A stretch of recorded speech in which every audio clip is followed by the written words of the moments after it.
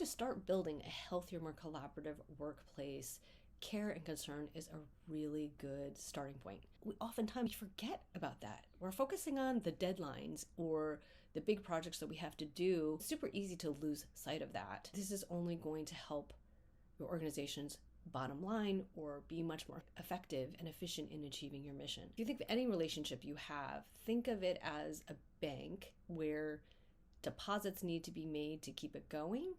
And oftentimes there are withdrawals that also happen along the way.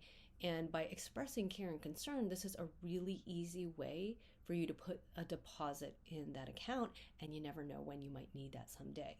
So when you need to ask your employee to work a little bit later or work on a project partially over the weekend because it's a really strict deadline, or if you're calling out sick and someone has to cover for you, you never know when you might need to call in a favor or ask someone for some additional assistance, whether it's a neighbor picking up another child, if you're having a conflict at work, or some slack from the manager, whatever it is that you need, this care and concern, again, it's that relationship deposit that goes a long way. It's just as simple as having a conversation to find out what's going on in that person's world, how they're feeling, how they're doing. What's one thing that you could do today to express care and concern for another individual? It might just be someone who is having a rough day, and you just lift them up by asking how they're doing in a non-intrusive way. For those of you that maybe it's not on your radar and you're really not sure, well,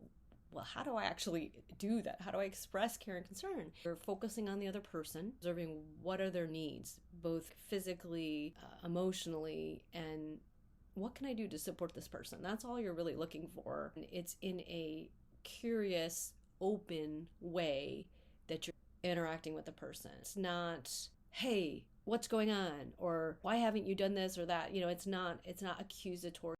It's just coming from a place of pure curiosity. You're just wanting to know, hey, how are things going? Let them answer and really listen to them and see what comes up, and ask if there are things you can help support them on that. And if you're not really sure what to say or how to act, just think about, if you were in their shoes, what would you find to be helpful?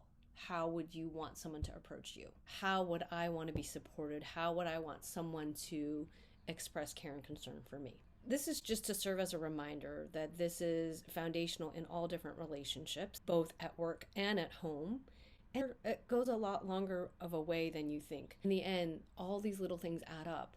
This is going to help create a much more welcoming, supportive environment that people want to be a part of. I hope that this was helpful, and feel free to check out your free guide on how to focus on your priorities and a daily happiness formula that will give you a little bit of a happiness boost. It's just a one-pager with instructions, so put that in the link below. And stay tuned for a brand new Wellbeing Works interview series. We're going to be interviewing all different kinds of organizational leaders on the whole topic of how they were able to create a much more thriving, collaborative work environment, as well as other subject matter experts on all topics well-being related to work. I look forward to having you join us for those episodes,